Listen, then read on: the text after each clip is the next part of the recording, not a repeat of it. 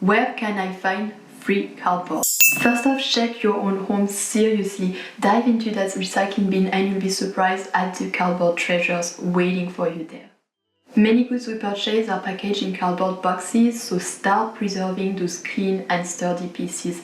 They will come in handy. Even the slim ones can work wonders for crafting decorative cards and other stationery. Your local stores are a goldmine too. They toss out mountains of cardboard daily. Some stores sell their cardboards for extra cash, so it's always worth asking if you can snag some empty boxes they have got in the back. More often than not, I think that they are going to be okay with that if you ask. For heavy-duty crafting, I recommend asking employees at bookstores, grocery stores and retail spots, especially those with electronics, appliances or furniture, clothing.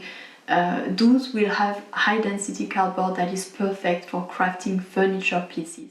And guess what? In my next video, I will offer in-depth insights into the different types of cardboard that you will need for crafting, and I will give you tips. And don't forget to look online. Environmental advocacy websites and apps like FreeCycle, Buy Nothing, Craigslist, or even OfferUp, they also provide opportunities, all of them to obtain free cardboard. People often give away cardboard as well after moving, or you may find listings where it's available for a minimal cost, much less than what you would spend on construction wood if you were to create a piece of furniture from wood instead of cardboard. That being said, I would not purchase any cardboard, for there are really multiple ways of acquiring some for free. Now, your local recycling center might not hand out cardboard for free. They also have their bills to pay, but it's worth asking if they've got any up for grabs.